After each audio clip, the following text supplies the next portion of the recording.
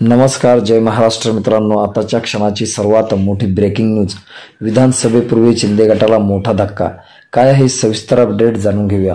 लोकसभा निवडणुकीत राष्ट्रवादी काँग्रेस पक्षाला मोठा फटका बसला. याची पुनरावृत्ती आगामी विधानसभा निवडणुकीत होऊ नये म्हणून अजित पवार सतर्क झाले आहेत. त्यांनी नव्याने पक्ष उभारणीचं काम हाती घेतलं असून कार्यकर्त्यांची जमवाजमव सुरू केली आहे.